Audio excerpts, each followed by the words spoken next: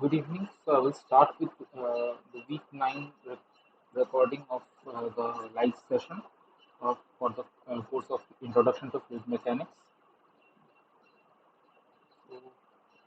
So, today we will be solving questions related to the assignment number 8.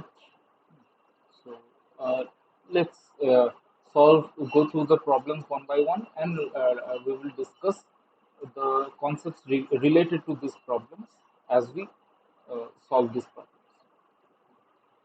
So, so the first question is: a student successfully siphons water over uh, a 8.5-meter high wall at sea level, and then she climbs to a mountain. The elevation is given, and the atmospheric pressure at that particular elevation is given, and attempts the same experiment. Now, the question is: will she be successful? And we are asked to neglect frictional effects in the tube and cavitation. So, so what is given? So it's given that a student successfully siphons water over a height of uh, uh, 8.5-meter wall. So what is siphoning? So first we need to understand what is siphoning. So in siphoning, what we would do if there is a reservoir, and there is an opening to the reservoir, and like there it can be like a nozzle.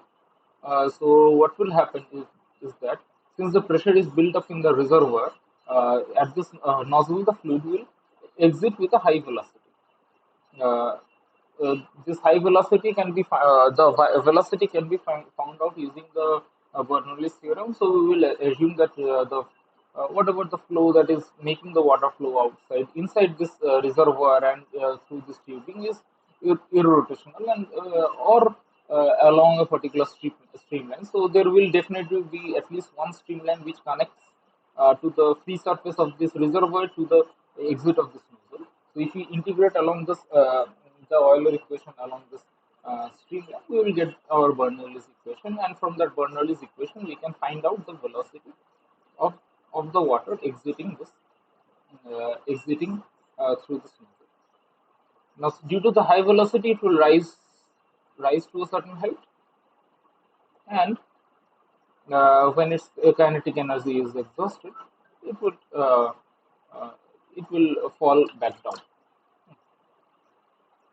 So this is the concept of siphoning.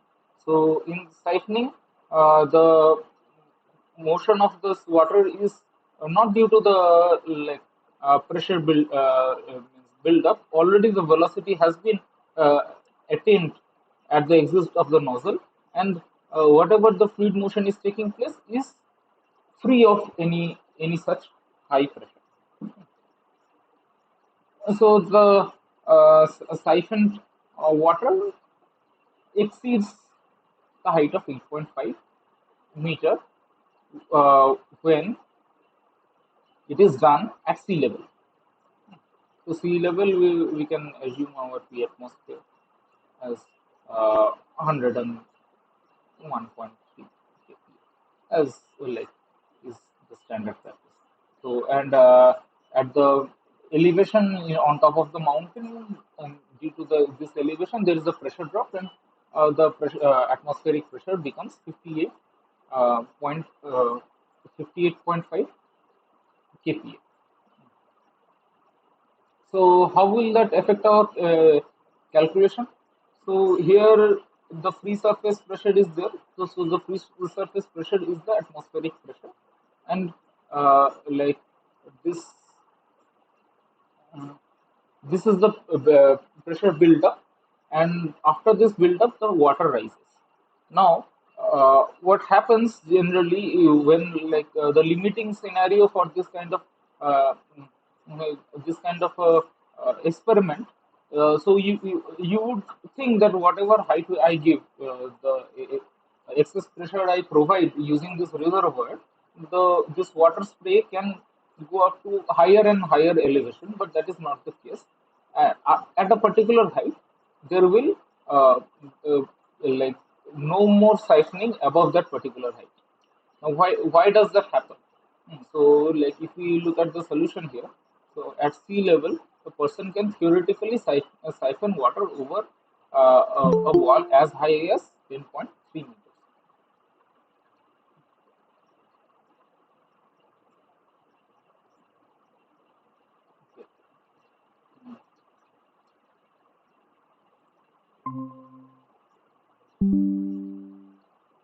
Okay. So we have just started discussing the first question. Hmm. So like we can again go back and am I audible? Yes, sir, you're audible. Okay. So the first question here is it's asked. Wait, let me-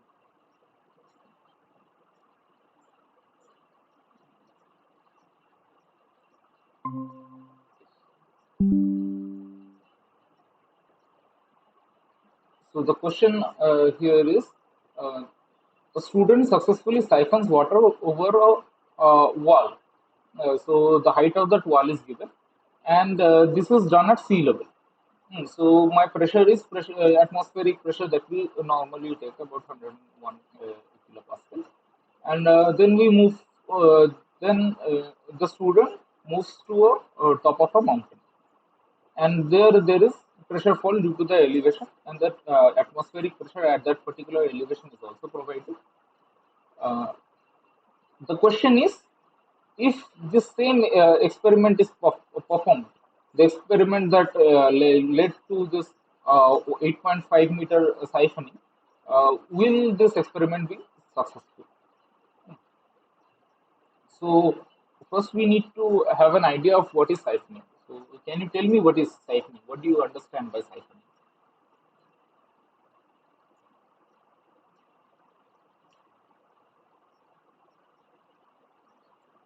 So, a siphoning is Sir, basically, yes, yeah, siphoning means we are um, using the Bernoulli's equation. We will be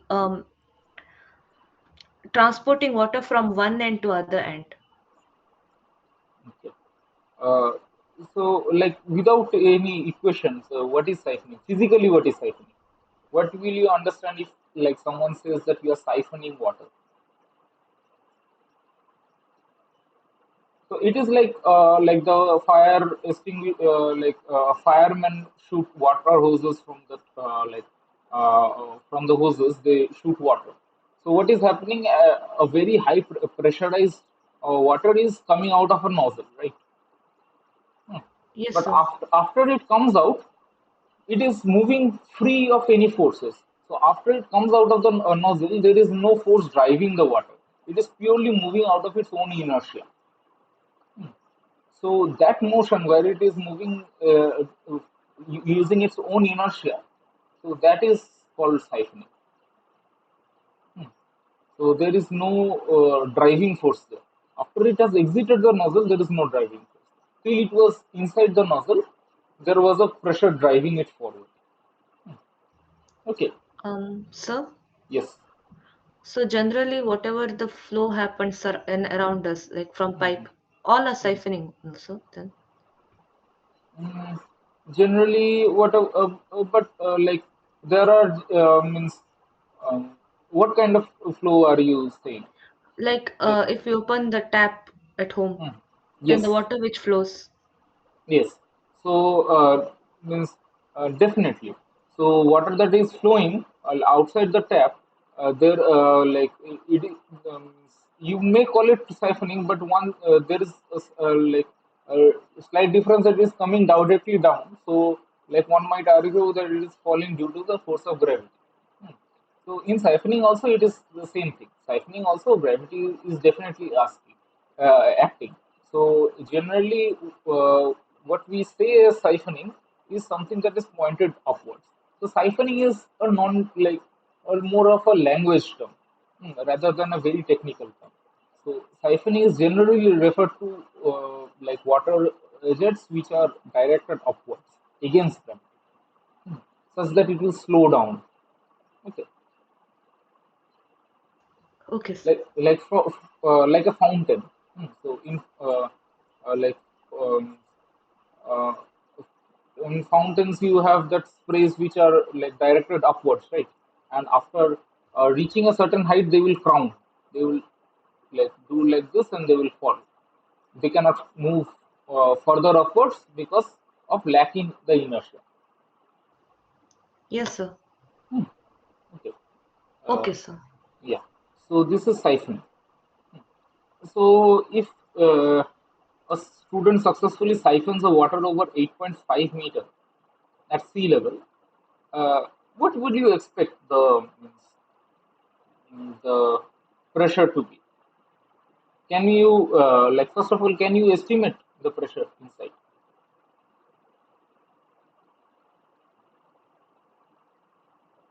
So we can do this by studying the like this where the top of the siphon, where the inertia is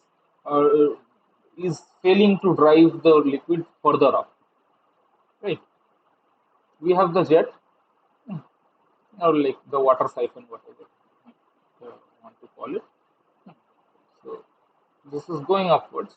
At certain point, it cannot go further up, right? It will fall down. Hmm. So from here, you will be able to find out what might be the like internal pressure inside. Correct. Why? Because what is the pressure here? We will apply Bernoulli's theorem. Definitely, we will apply Bernoulli's theorem. This is point one. This is point two.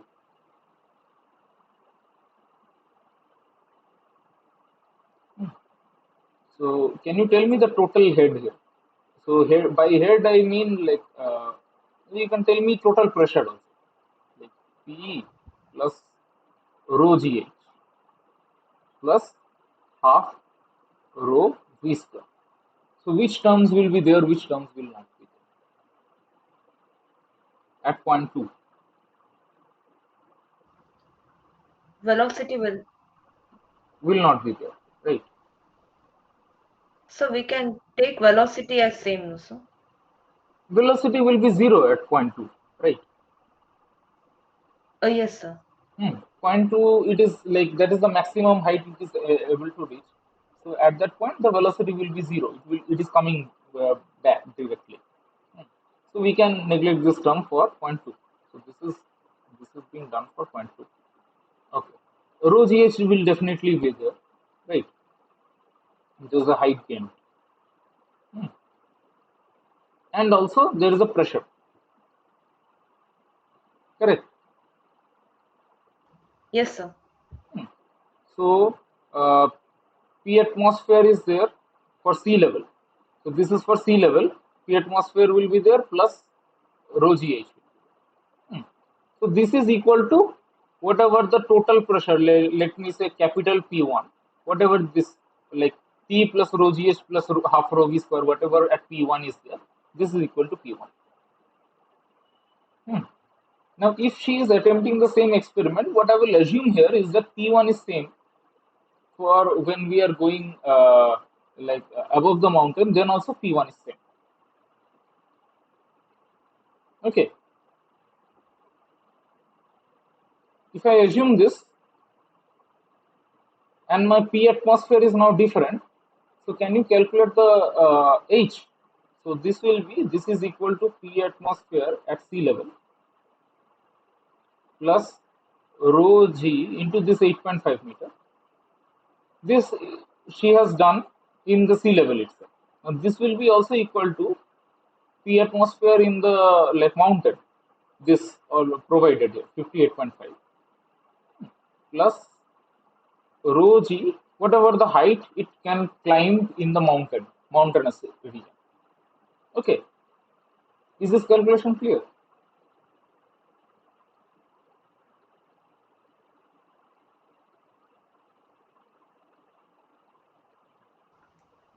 Um, Yeah.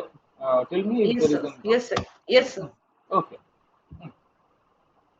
So you can take P atmosphere at sea level as 100, like 101 you can take, 100 you can take.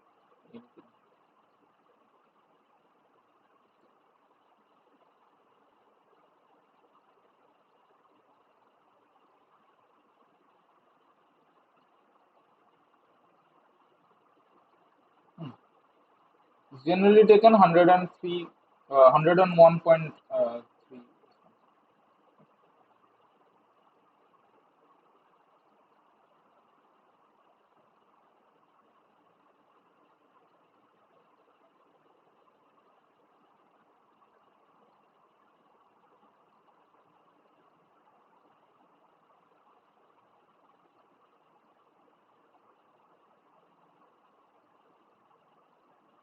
So we have to find H here, right?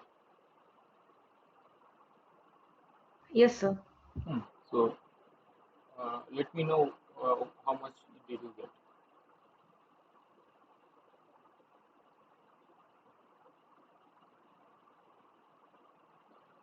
First of all, will it be more than 8.5 or less than 8.5? Actually, we need to find that only because there no value is asked in the options. So will it be more than 8.5 or less than 8.5?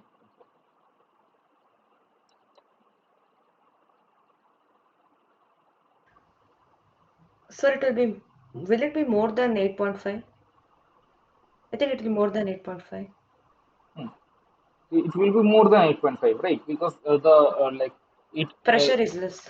pressure is less. So it will be more than 8.5. So if you like means this B option looks correct, but logically A and C also must be same, right? Like means means if she succeeds in siphoning water over a height which is even larger, then she will definitely succeed for the same height, and also if the height is decreased. But like option B looks most logical for the answer. Correct.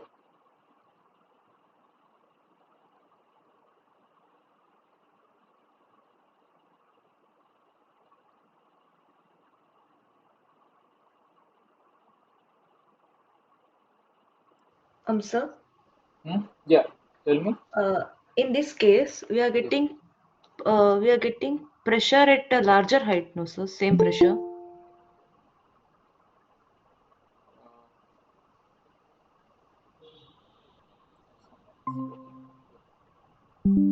Tell me. No, We here are we are getting the same pressure value at a larger height. so 8.5 meters, and this is like at sea level the pressure is larger.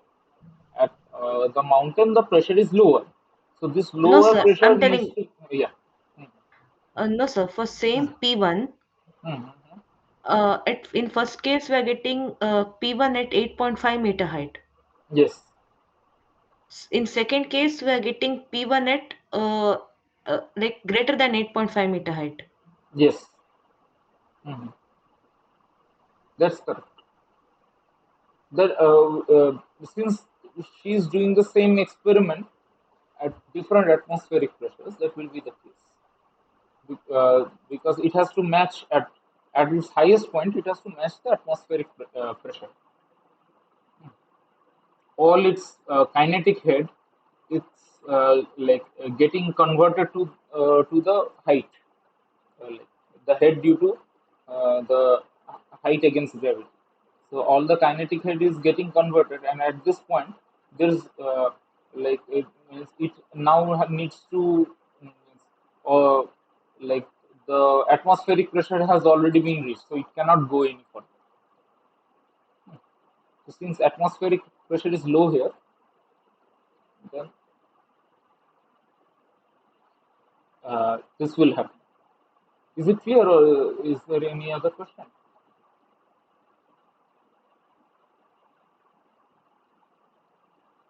No, sir. Okay. Okay. But here, like in the solution, something like else has also been talked about. So the solution here is actually saying that uh, option C, but this will only be correct if this portion is actually not present. So they are actually focusing on this. So they have not neglected cavitation. So there, in siphoning, there is a phenomena called cavitation, which they are taking into account. So like I will explain the solution, and like if this portion is not given, then you should actually mark the option C. Hmm. She will succeed in siphoning water if the height is decreased. So H value will actually be less if this experiment is carried out physically. And the reasons for that is due to cavitation. So I will explain this. Hmm. So at sea level, a person can theoretically siphon water over a wall as high as 10.3 meters. So what is theoretical? This what is this theoretical limit that they are talking about? They are talking about a theoretical limit.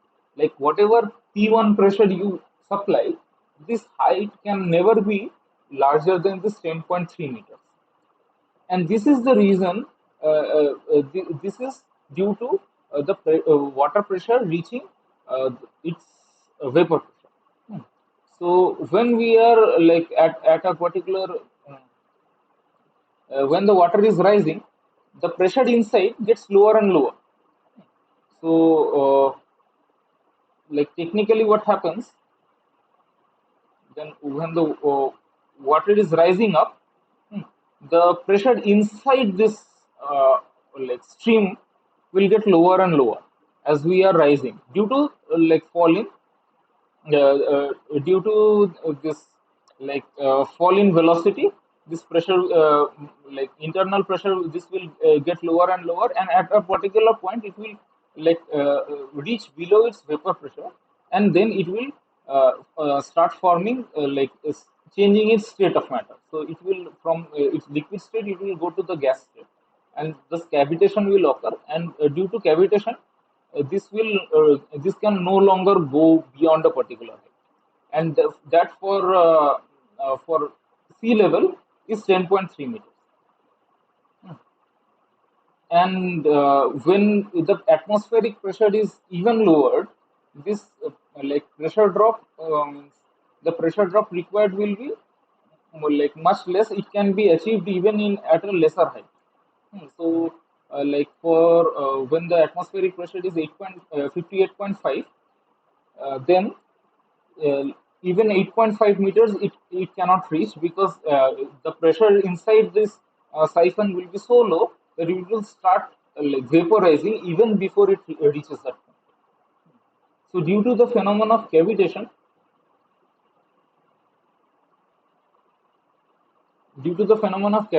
this 58.5 K pressure will not be able to support an 8.5-meter high siphon. So, like this is not very straightforward from Bernoulli's equation and like other fluid mechanics. So there is some amount of thermodynamics going on here. Like in this particular question, like this theoretical siphon, theoretical limit of for siphoning is some concept which is like important. Okay. Uh, so, did you understand why this cavitation will take place, or like is there any doubt for this cavitation phenomenon? So if this cavitation is to us to be neglected, then definitely B is the correct answer. Where like this siphoning, this wall height will means the limit will increase. Hmm. So for a larger wall also, you will be able to siphon water if there is no cavitation. Hmm. So if there is like means cavitation, one cavitation occurs when there is some nucleation site for a change of state. So if there is any nucleation site, hmm, like if there are some microscopic gas bubbles, then cavitation can readily occur and uh, will uh, will limit the height of the siphon. And if the like water is degassed properly, and like there it can be ensured that no cavitation sites can be formed inside the siphon, then it can support longer siphons, higher siphons. Okay.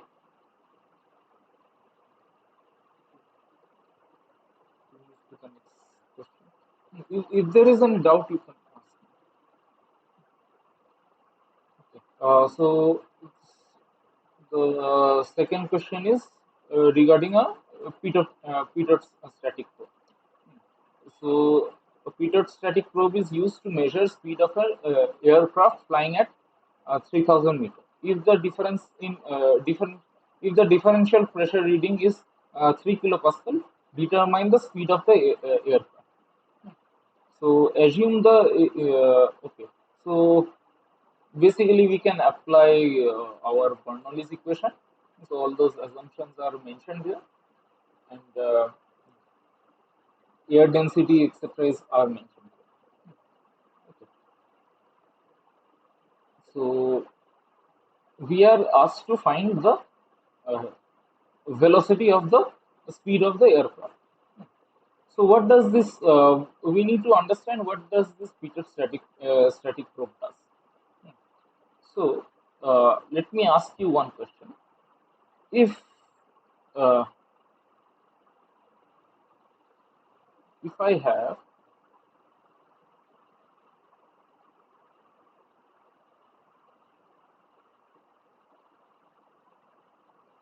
tube like this, flow is taking place here, and this is attached to the wall.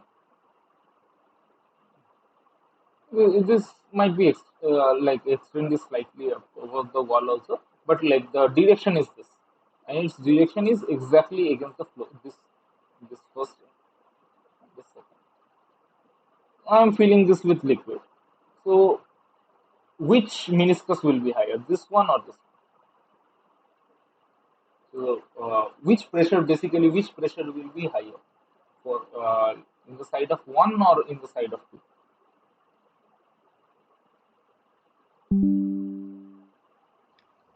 Sir, at one. Sir, Yes.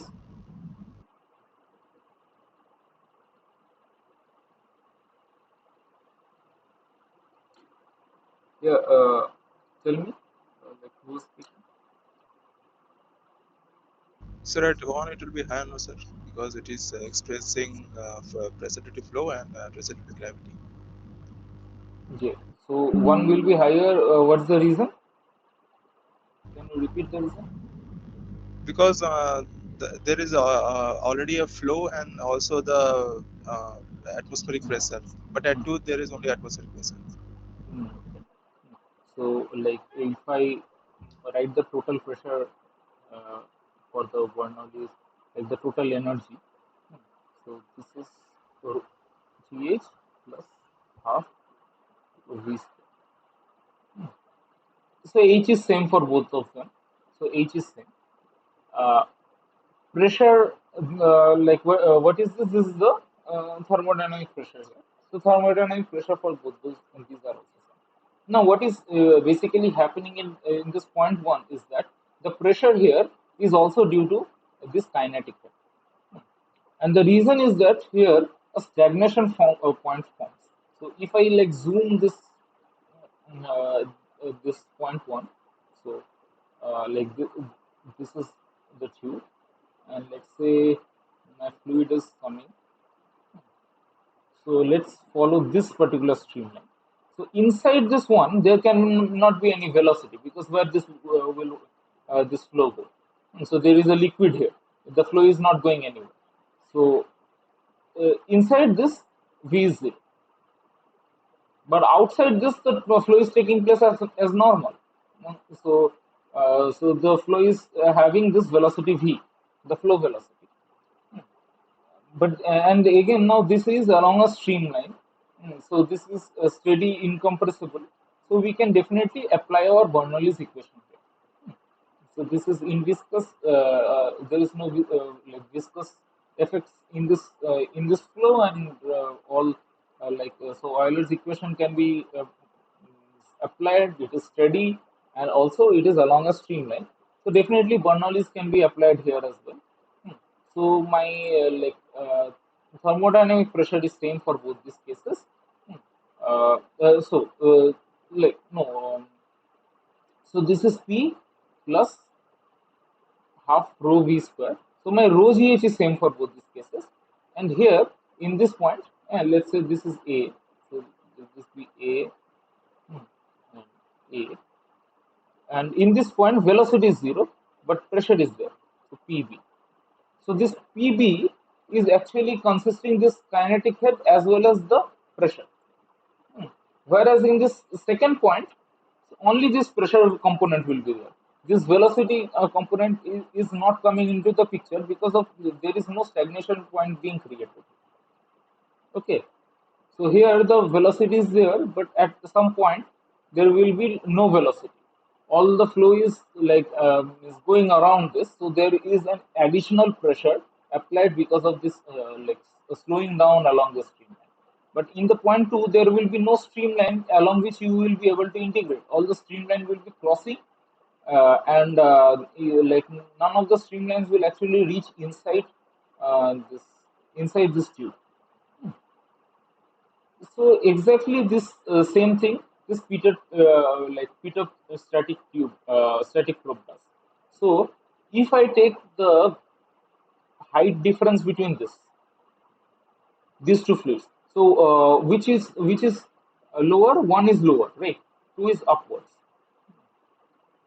So Yes. due to higher pressure at one, this, uh, one is lower, two is upward. So if I take this gap height. So this is this row of this fluid G and whatever this gap height is. So what this will be?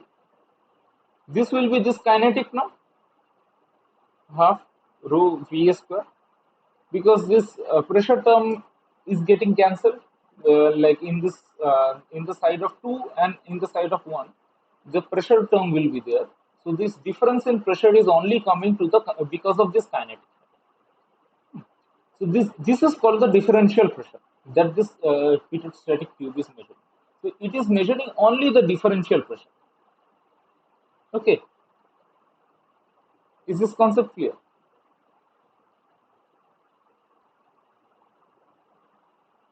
Yes, sir. Hmm. So my differential pressure is given as 3 kilopascal. So 3000. This is will be equal to a half rho v square. Hmm. So rho is given as this point 909. Hmm. So tell me what v will be.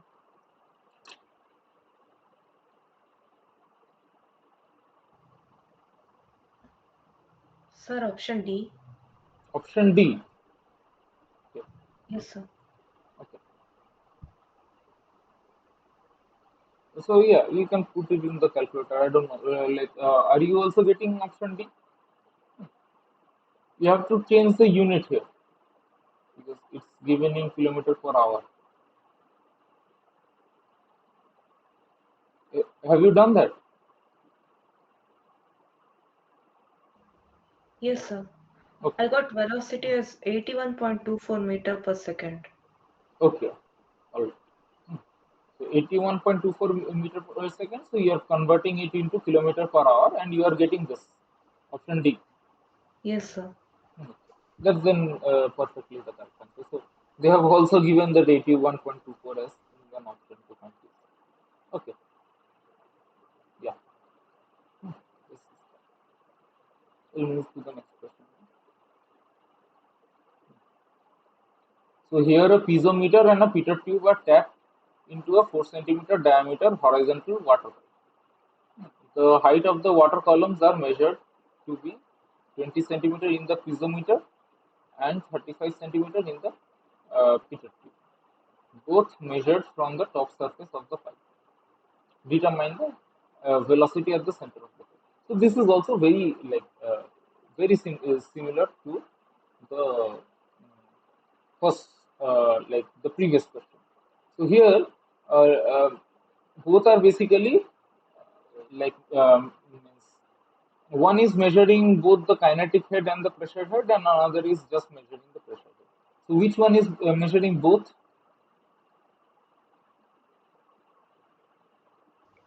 Peter tube.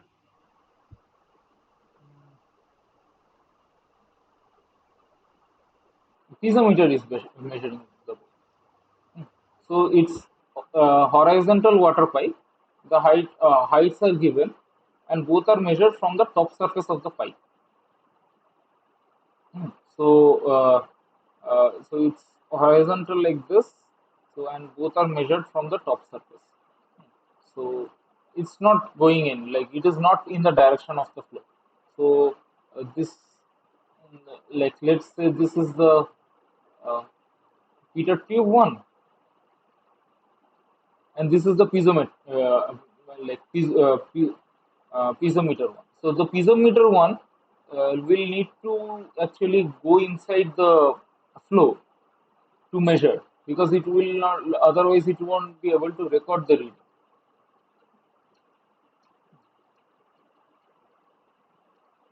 So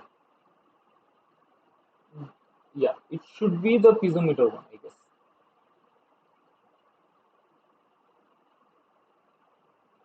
Or am I wrong here? Oh, okay. All right. No, you were correct. Yeah, you were correct. So, uh, uh, this Peter tube is actually like measuring the. I thought the height is given the other way. All right. So, Peter tube is measuring 35 centimeters. Piezometer is just measuring uh, the pressure head, not the velocity. Because yes, because the stagnation form point will not be able to.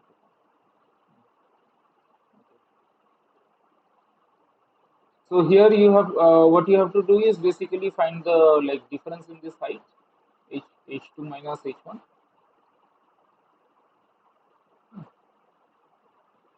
Rho g, this will be equal to half.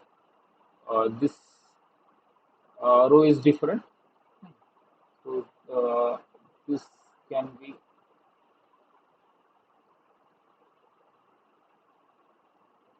oh no, it's both are one.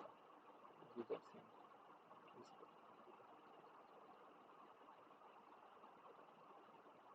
So v is equal to difference.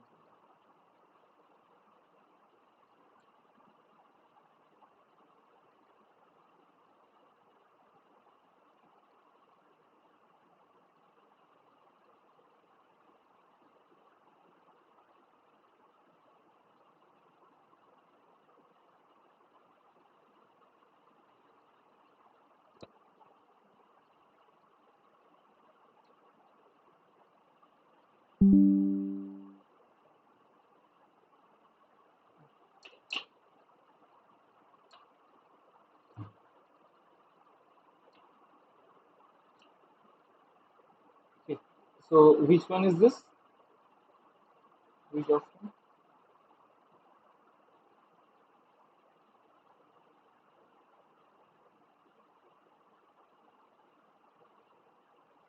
Sir, Yes.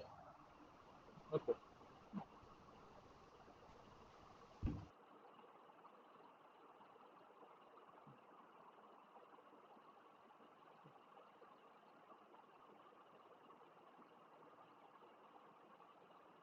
Yeah.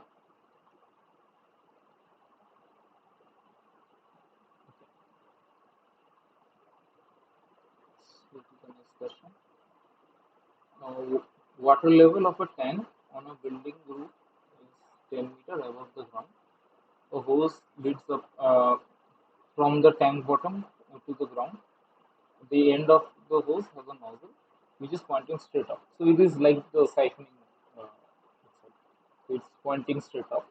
Maximum height to which the water could rise.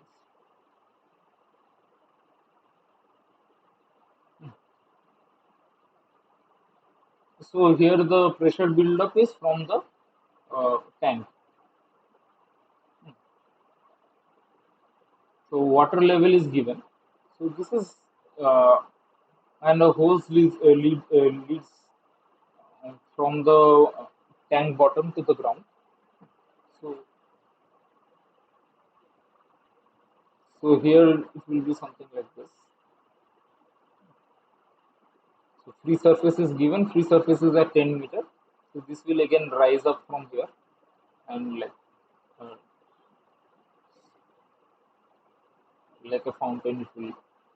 So we are asked to find the height. So what the height would be?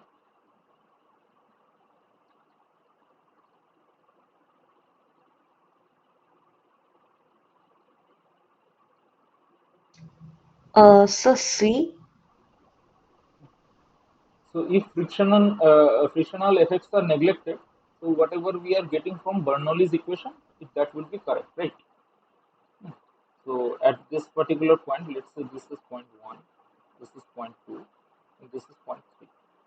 So there will be definitely be a streamline which connects point one to point two, and at point two, this it is ejecting out the water. So it is like coming to the my like atmospheric pressure. So point one is the atmosphere. Uh, point and we are adding this much height, which is given as 10 meter. This is already given as 10 meter. So this is rho gh.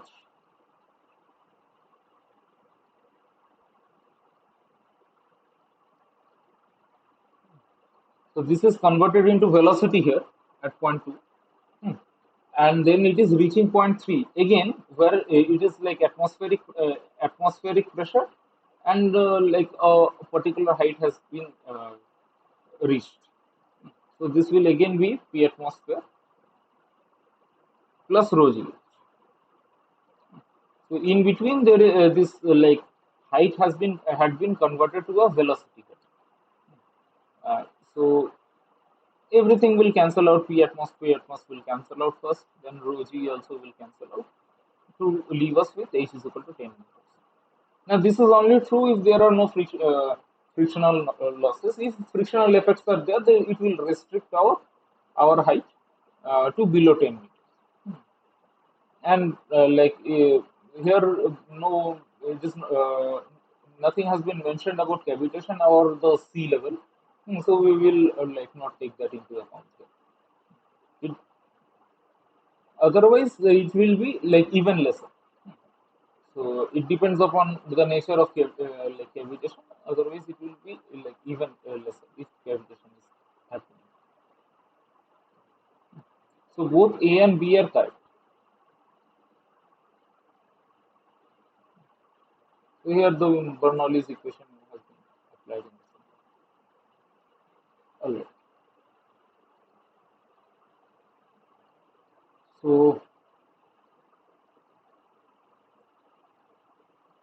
So now we have a question regarding like a rotating cylinder of liquid.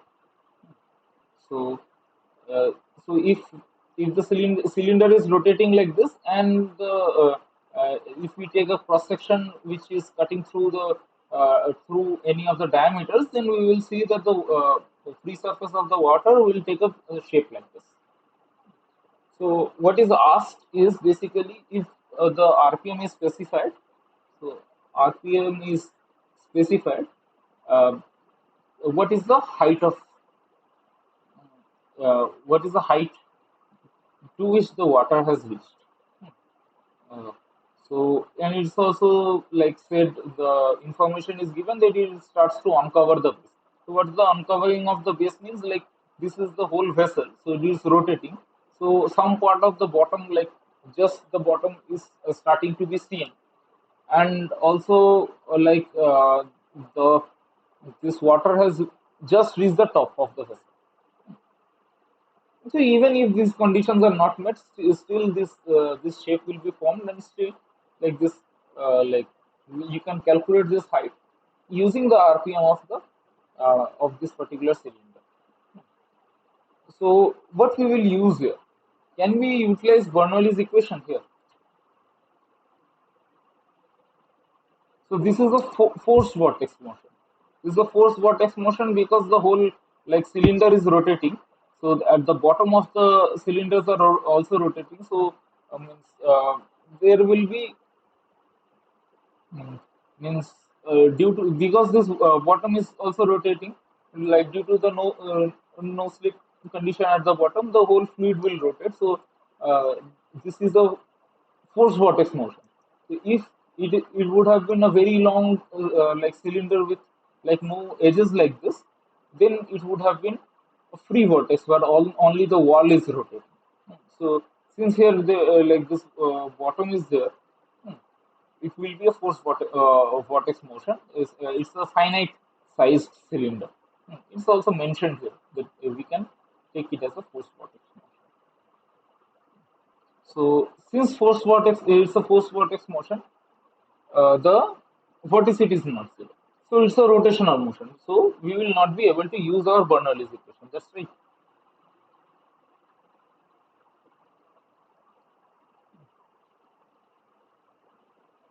So here, what we have to do is basically start from our Euler's equation itself. So what is our Euler's equation?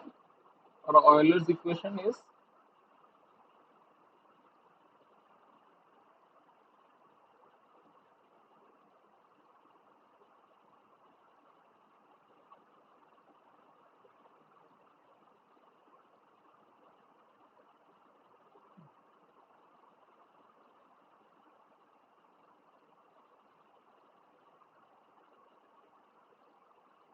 okay. So the body force is there. So body force is there. Pressure term is there, and also the like inertial terms are there, right? But this is a steady flow. There is like steady because the velocities at any particular time they are not changing with time. So there is it's a steady flow, so we don't have to worry about this. Correct.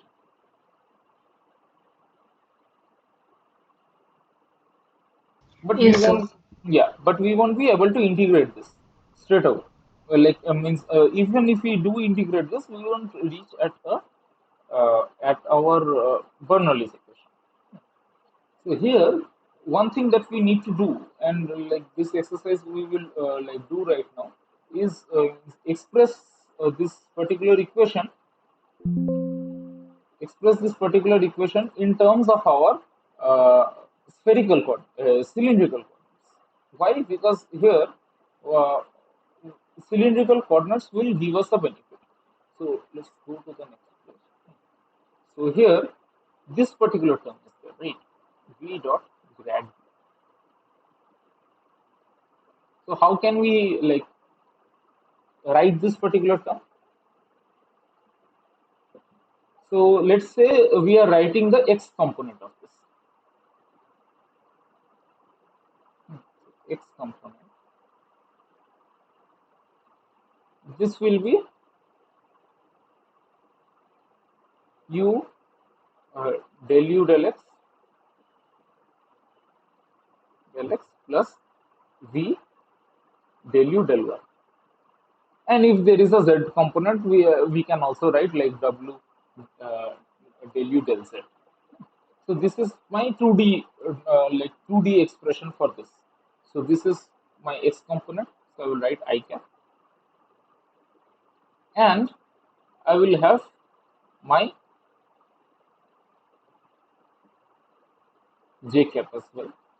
So basically, the velocity in the numerator, this outside the operator, like velocity on which this operator is being applied on, is becoming v.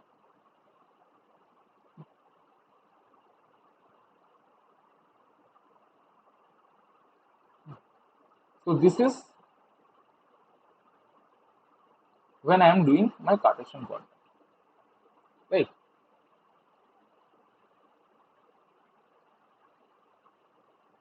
But will it be the same if I am like doing it in cylindrical coordinates?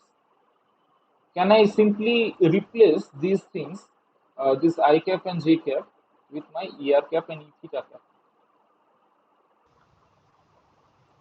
No, sir. Why? Why is that the case?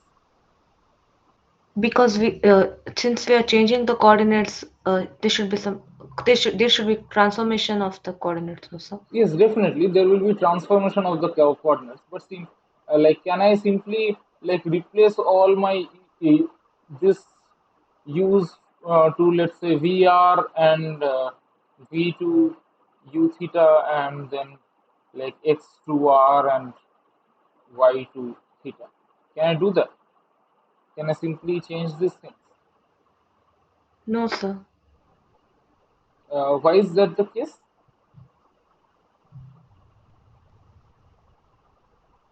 Because we are changing the coordinates But from like, Cartesian to polar. yeah, Cartesian to cylindrical. So the difference, Cylindrical, sorry. yeah. So the difference between like these two is that I cap and j cap are actually so this will be j cap. Yeah, I cap and j cap, these are stationary coordinates. So they are not like rotating in that particular reference frame. Whereas ER and E theta, they are having a rotation. So whenever we are talking about something like divergence, these coordinates will change.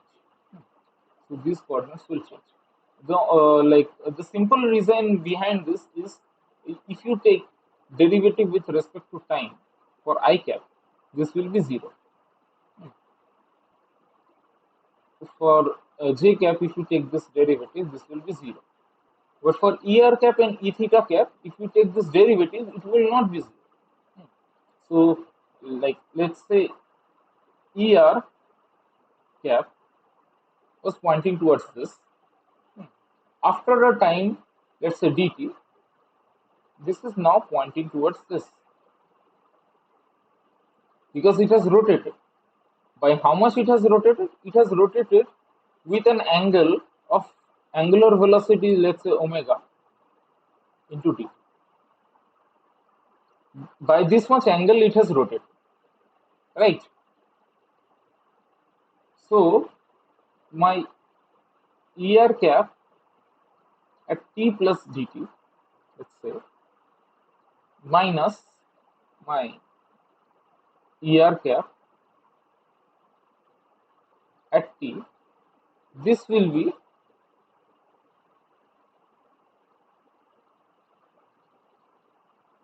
omega dt. This omega dt length.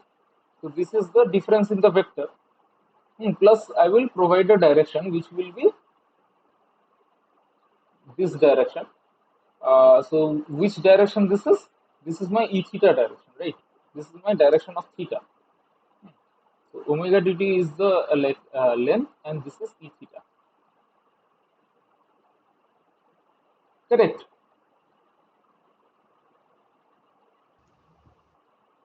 Yes, sir. Yeah. Since this is unit vector, omega dt is the length of this vector. Otherwise, it means omega dt is actually the angle, right? So means this small arc, this arc length is actually angle into whatever the small arc length is. So in this case, whatever the radius is, basically radius into this theta will be the length of my small arc. So here the radius is 1 because these are unit vectors. So I can simply write uh,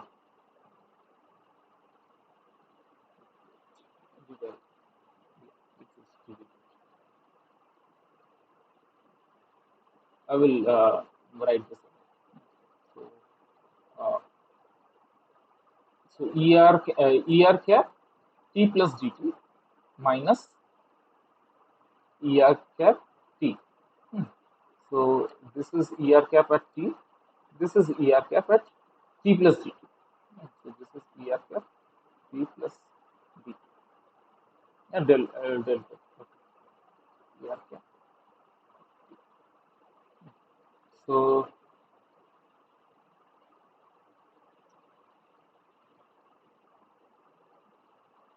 this angle is omega into dt. This is angular velocity into time.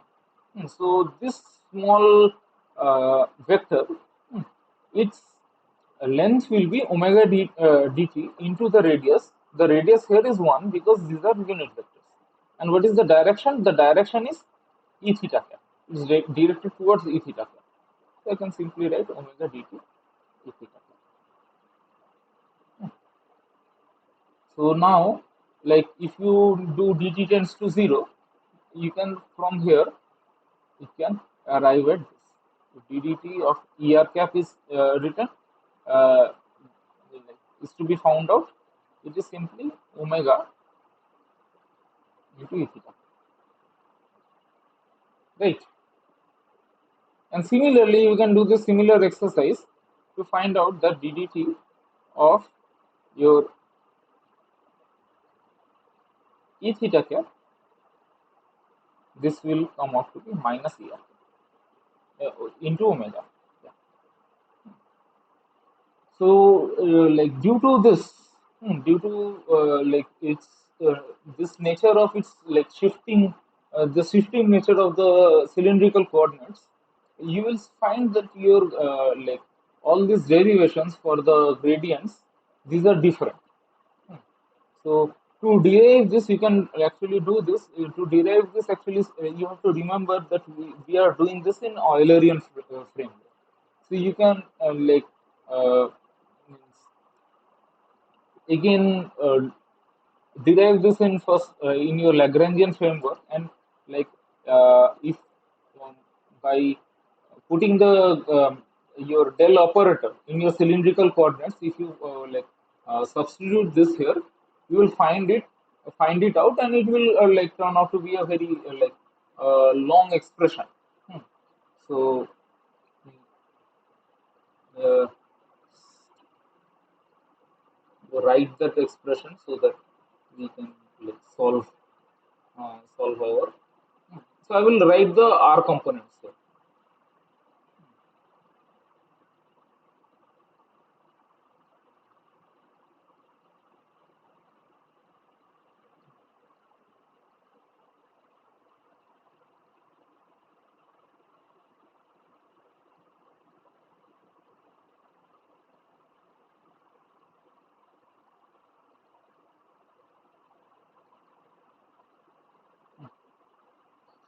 For ER cap, this is AR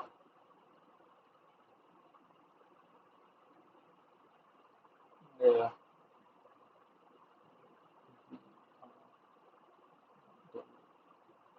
AR del R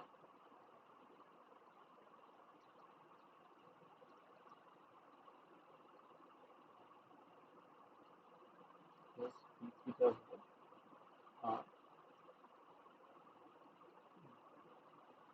So like this expression is like long. You don't have to memorize this ever. You can always look it up, and I'm also doing the same right now.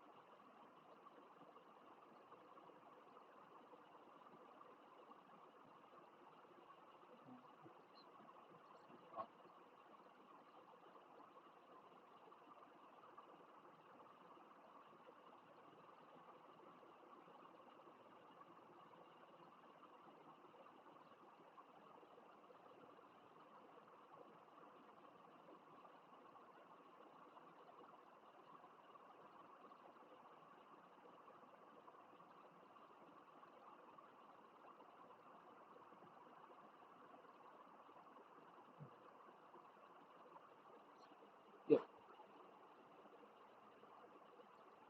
So this is it. You can find this is in any book of like fluid mechanics. These formulas will be mentioned. So this is what comes out if you are doing for a two-dimensional system for cylindrical coordinates. So this is cylindrical coordinates.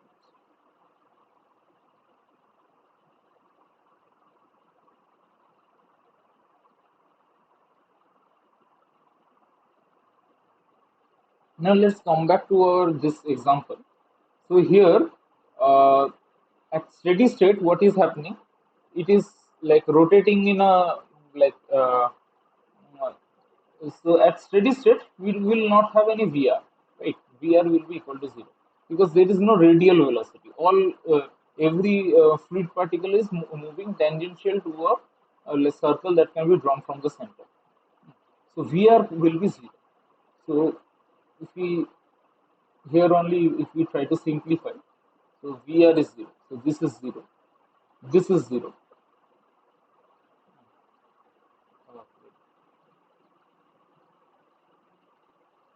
Okay. This should be Vr actually. V theta.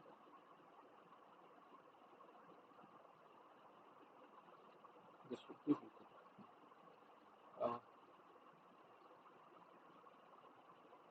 This is 0. Here Vr is there. This is 0.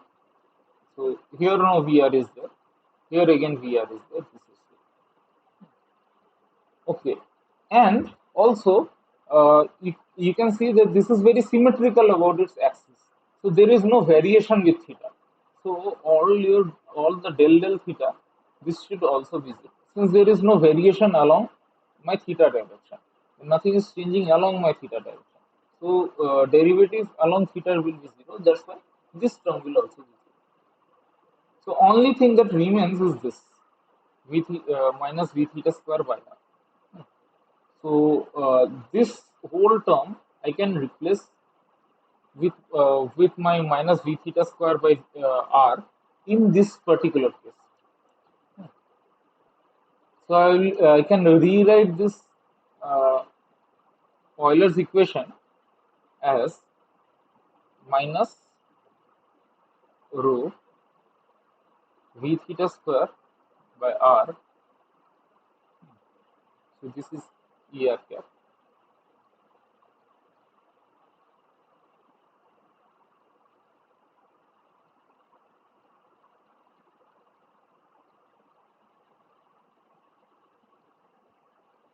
Okay.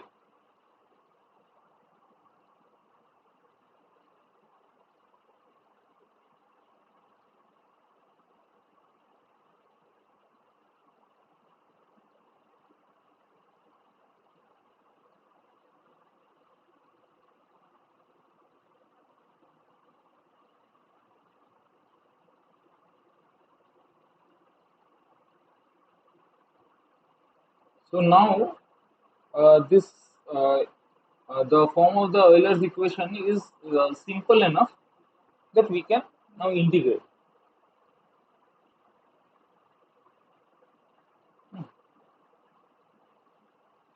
So what we will do is uh, we have this form of the equation form.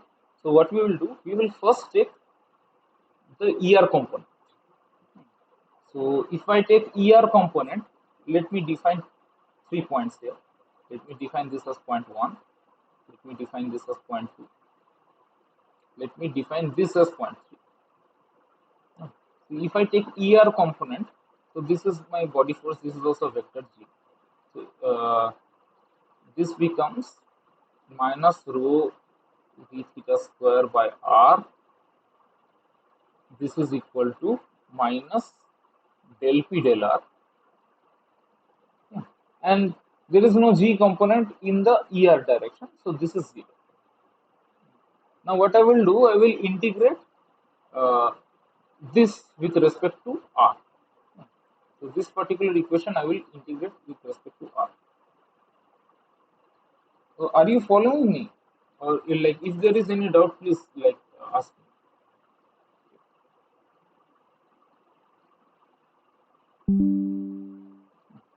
So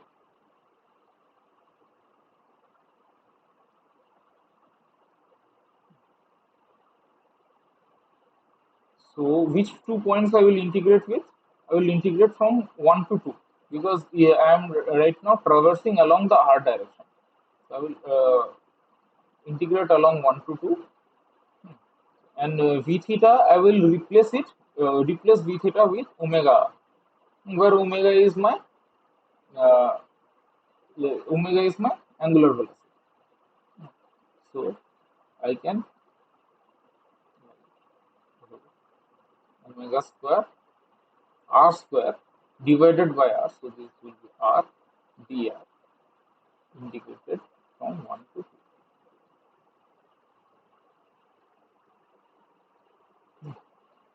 So uh, this is P2 minus P1. This is equal to so R at 1 is 0 and R at 2 is my capital R, basically the radius of my cylinder, the container, radius of the container. So this will be half rho omega square. So from here I can get my P2. I will go to the next page from this equation. So I will write down my the simplified Euler's equation that we got. This was ER cap is equal to minus grad P plus rho G. Now I will take Z component. Z component.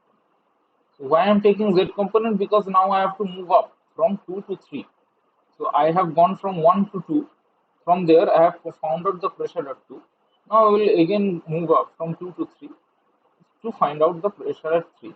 So my actual intention is to find out the height, this H. So that I will do find out if I follow this process. So if I take Z component, this LHS becomes 0.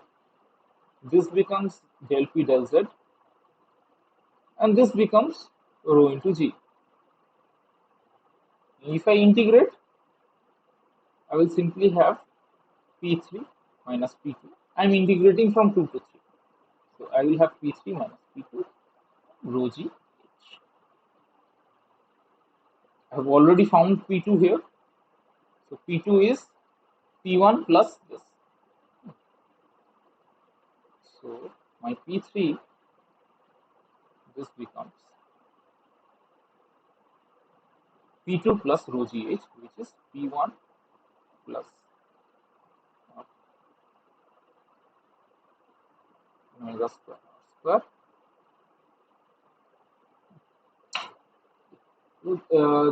This will actually be a negative sign here because of the integration. So P2 pressure is definitely larger than my P3 pressure. P3 pressure is small. So this is a minus. So there will be a minus rho G. Now my P1 is atmospheric pressure and P3 is also atmospheric pressure. These are atmospheric pressure because they are on the surface of the water. They are on the free surface. So P3 and P1, they are equal because both are the atmospheric pressure. So I simply get my rho GH to be equal to half rho omega square R. So from here I can find out my H. Okay. So this is an exercise which might feel a little bit tedious, but like there are a lot of similar problems like this. So you can simply remember this quite much like a formula. So what you are basically doing, you are if there is a force vortex motion, you are traveling along R. You are neglecting any gravity head, but here you can you arrive at a like a special kind of an equation which is kind of similar to the equation that we have got, but for rotational flows. So rotational flows like this, especially useful for this force vortex kind of cases. So here, if you travel along ER, what you are basically doing, you are equating your pressure head to this angular velocity. And if you are traveling along your z direction, you are equating your pressure head to your gravity head.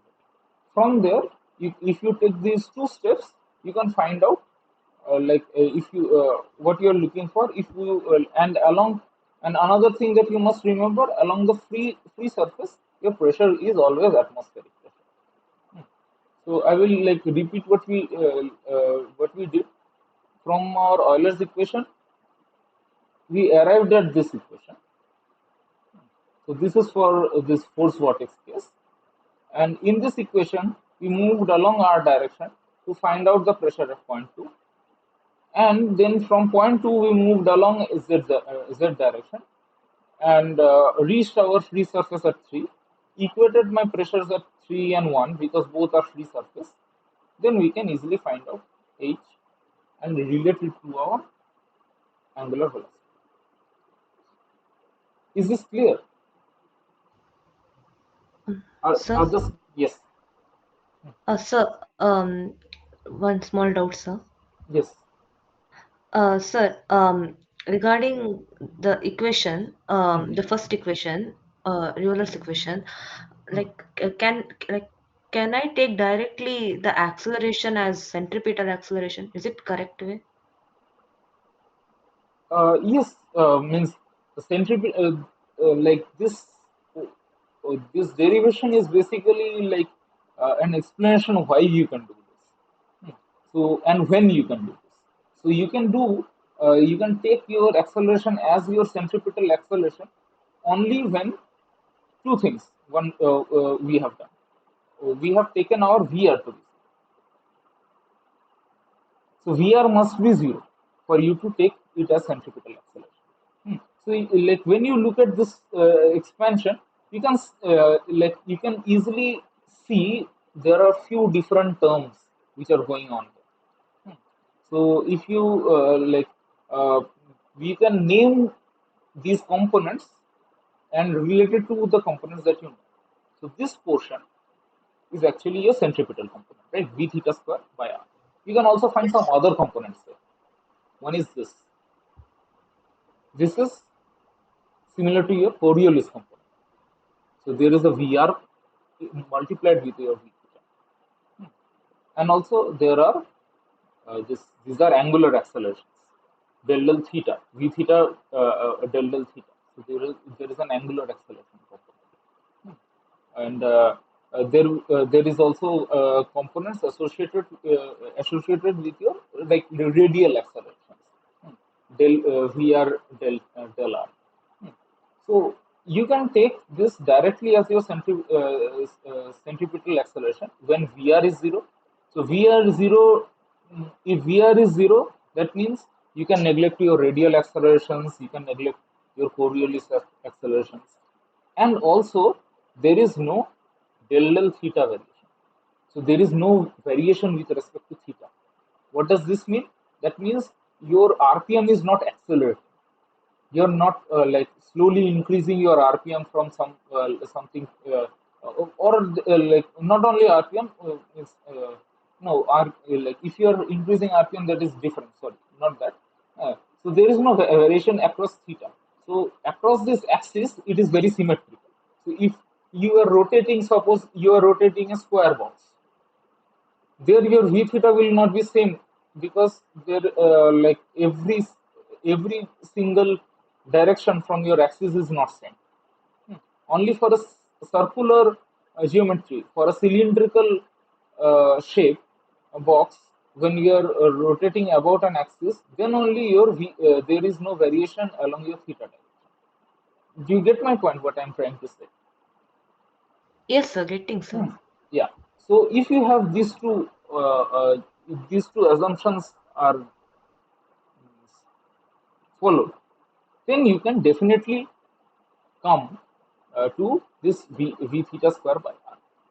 So just you need to ensure that these two assumptions are being followed.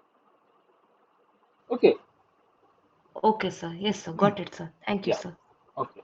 And also this is for 2D plane, 2D case. So what is 2D? That means there is no variation along z as well. So z-axis variation is also not there. So if there was a z-axis variation, then the cases will be different. But means there will be simply a del z variation as well that you will need to take. So in this case, that is means that is not coming into the picture. Yes, sir. Okay, because vz component is not here. So vz component is not here. It's not coming. Yeah. So they have arrived at this equation. So this is basically my ER component. component equation for my Euler's equation.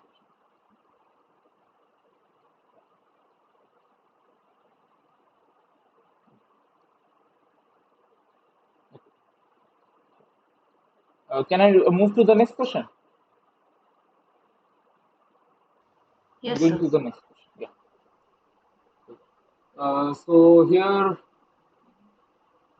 the air is flowing through this tube, and there is a constriction, as you can see. So air at this temperature is given, uh, is going through 6 centimeter diameter at a rate of volume flow rate is given. So volume flow rate is given, diameter is given. You can find out the velocity. So duct diameter is reduced to 4 centimeter through a reducer. So here it was 6 centimeter at the inlet. At the outlet it is 4 centimeter. So air and water densities are given. So water is this inside the tube. So uh, pressure change across the reducer is measured by this water manometer. Is given. Elevation difference between the 2 points in the on the pipe where two arms of the manometer are attached is 20 centimeters. So this h is also given as 20 centimeters. So find the differential height between fluid levels of the two arms of the manometer.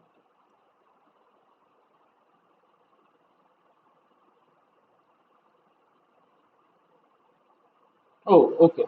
Uh, H is not given. So here they have asked the elevation difference between 2 points on the pipe where the two arms of the manometer is attached. So this point and this point. So elevation difference between these 2 points is given as 20 centimeters. You are asked to find out H.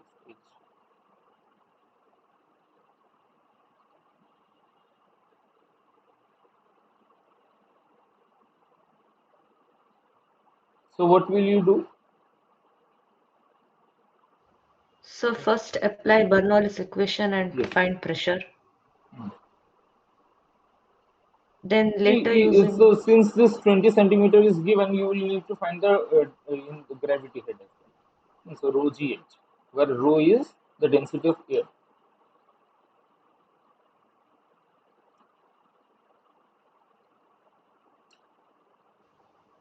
yes, sir. So first step will be to find out the velocity. What is the velocity at this inlet?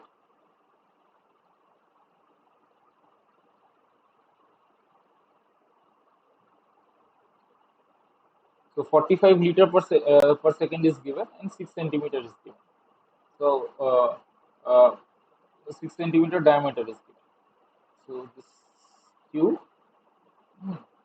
divided by area, right? So area will be pi d square by 4.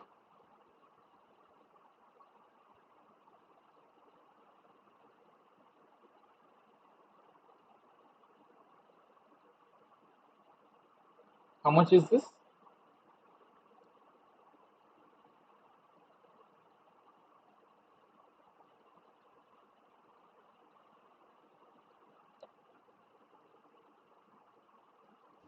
So getting 15.92 meter per second. 15.92.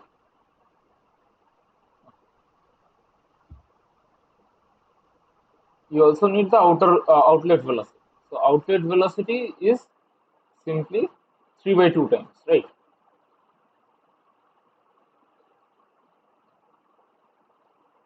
This is 3 by 2 times your velocity. But why 3 by 2? Because this is 6 centimeter, this is 4 centimeter. No, this will be 9 by 5, 9 by 4, 9 by 4. Right? Am I right?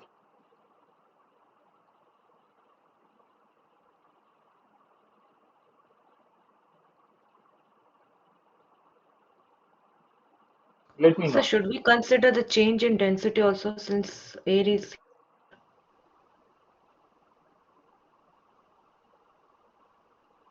Okay. So air at this uh, pressure and temperature is given, right? Pressure and temperature is given, so we can uh, isothermal we can consider. But you are asking whether we need to consider the change in density. Yes, sir. Hmm. So how much the change in density, like in what order will it be?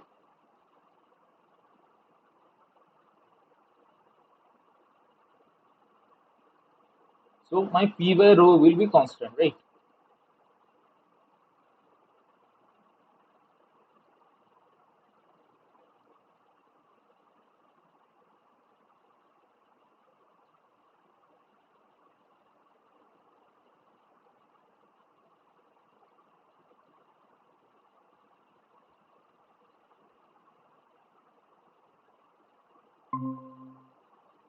Hello.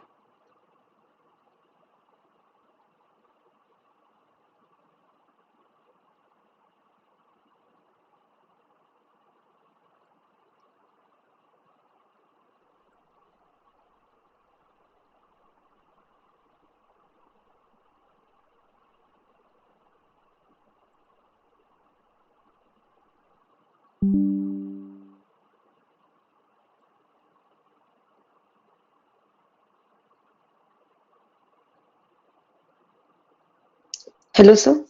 Yeah. Let me know. So sorry, sir. I lost the connection just now. What did you say, sir? I didn't Hmm. listen. You can. Means, you don't need to consider that right Okay, no need to now. consider change in density, sir. Change in density you don't need, like the change in density, like the density of air is already mentioned here. I understand your like doubt, because means, since your like pressure will be changing by like lot of margin there, and air is compressible, so there might be a change in densities, but we can neglect that. Especially at this particular like range of velocities. We can neglect that. Okay, sir.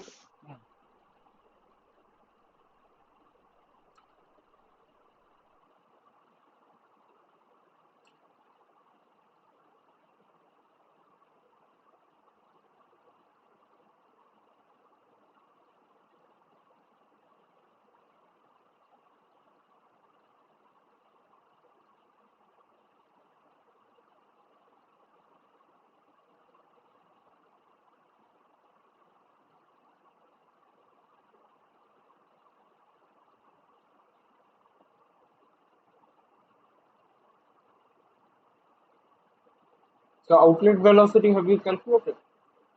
Sir, 35.8, sir. Okay.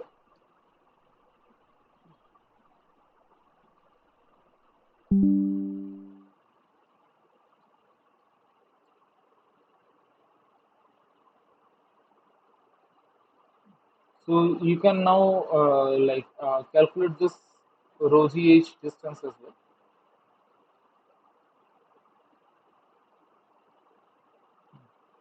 So what is rho gh?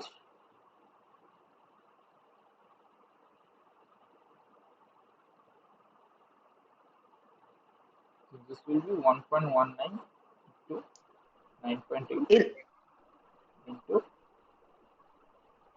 point 0.2, right? How much is this? Sir, 2.33. 2.3. 2.3. This is possible. And velocity head difference will be half rho this uh, velocity like pressure will be higher at the uh, so velocity head difference will be v0 square minus vi square. So these will not be acting in favor. So rho gh will be higher like here, but like velocity head will be higher at the opposite point, right? So the pressure will be difference in this way.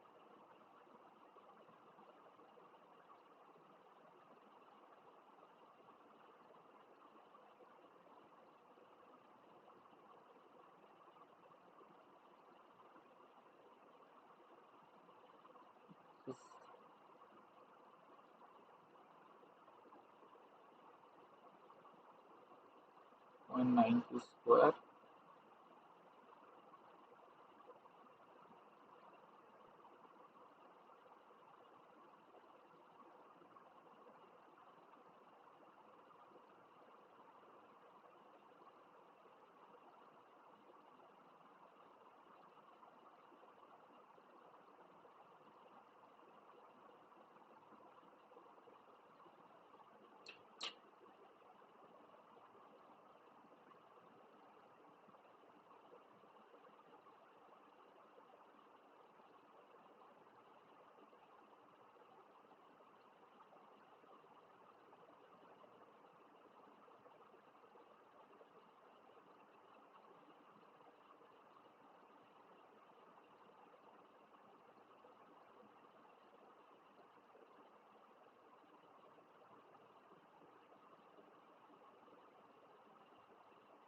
How much is this?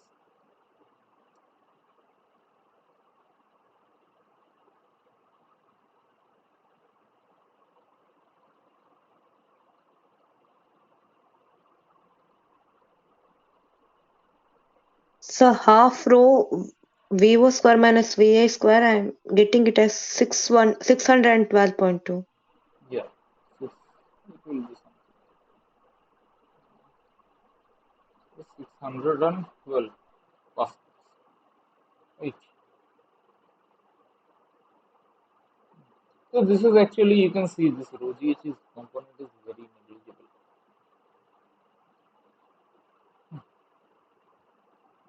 So if we like write down our uh, equation, so, so Pi minus P0.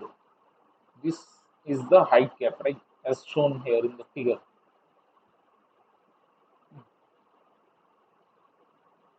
So this will be equal to this rho GH. H is basically rho G H0 minus HI, and this is also half rho V0 square minus VI square.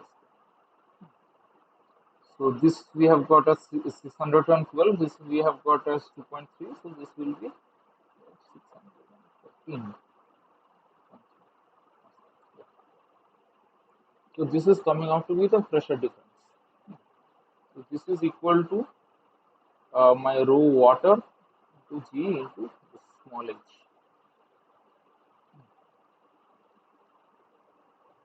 So we can calculate this. Sir, option A. So it is coming as option A. Yes, sir. Okay.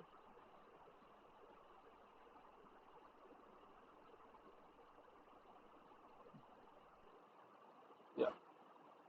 So this is basically 1000 into 10. So approximately this. Yeah. Yeah. Yeah.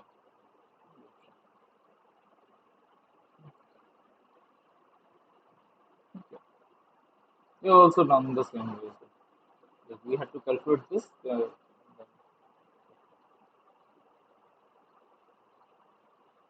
go to the next question.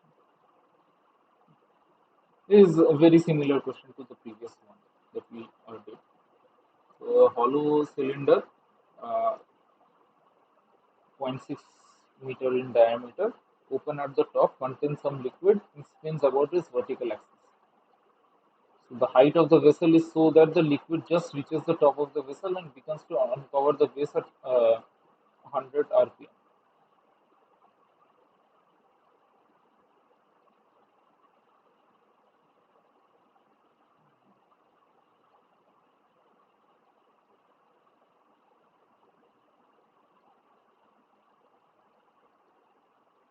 The question looks very okay. I don't know why this 0.6 meters is given. Is the question exactly same? The previous one seems to. No, this is a No, sir, different different. different question, right? But you can solve this question, right? Very easily.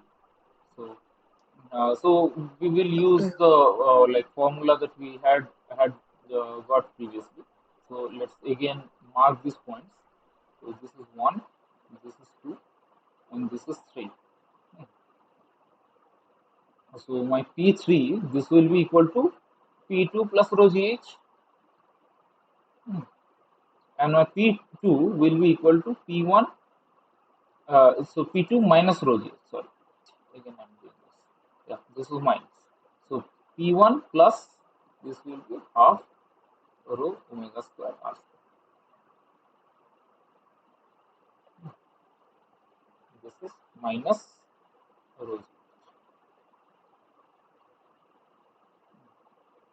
So the H will be So 0.503 meter. Third option. yeah. So we can like now this once we have understood this concept, we can like straightforward apply this. We won't have any problem. Option 3 is the correct.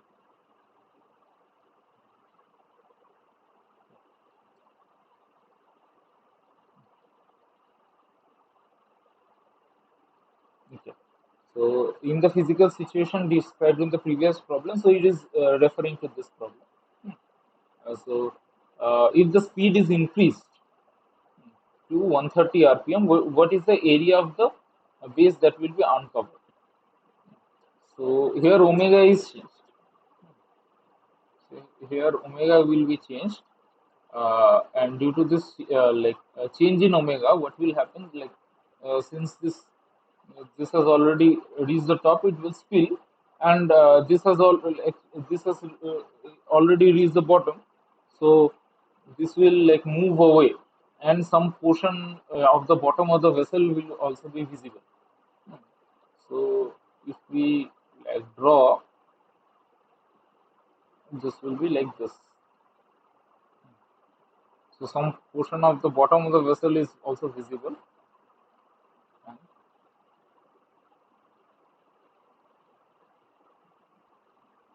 this is filled like this. So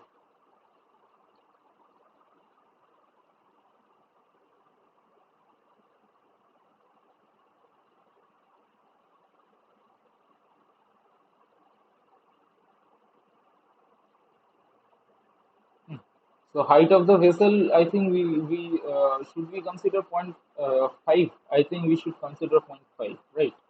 Because here it is mentioned the height of the vessel so that the liquid just reaches the top of the vessel and begins to uncover the base. So height we can I think take as point 0.5 here, and we can solve the problem. So this h here is given as 0.5, 0.503, and here we are not actually we will take the our point 1 at this point. It's not exactly the center. Point 2 here and point 3 here. So again my P3 this will be equal to P2 minus rho GH. Whereas my P2 is P1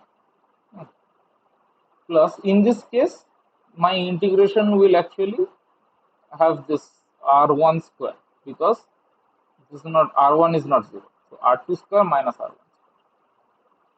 This is minus rho G. R2 you know, R2 is given. So what is R2? 0.3. Yeah, 0.6 meter in diameter. So 0.3 is R2. So R2 is given. So my R1 I have to find. So you can find out R1 square because like area is anyway required.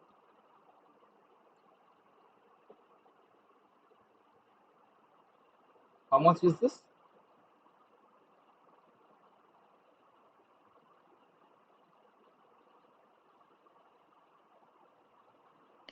So getting 0.036. Omega r2 square minus 2g divided by omega, right?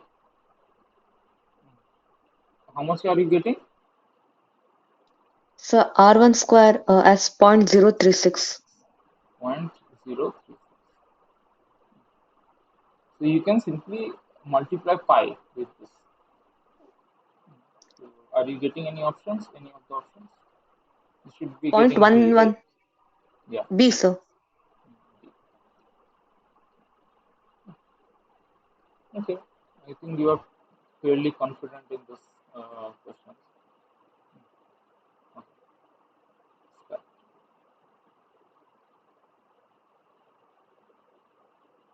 Yeah. So this is the like last question. If you have any doubt regarding like any of the concepts discussed today, so we did mostly energy balance equations and also like solved using Bernoulli and also solved directly from Euler's equation. So if there is any like questions you may ask. So in while solving these questions, basically you need to keep in mind the assumptions that you are taking and means, define the points and find out the like energy per unit volume, like uh, or the like pressure heads, the gravity head, and the velocity heads, and solve accordingly. If there is any question, please ask me. Otherwise, I'll close this session.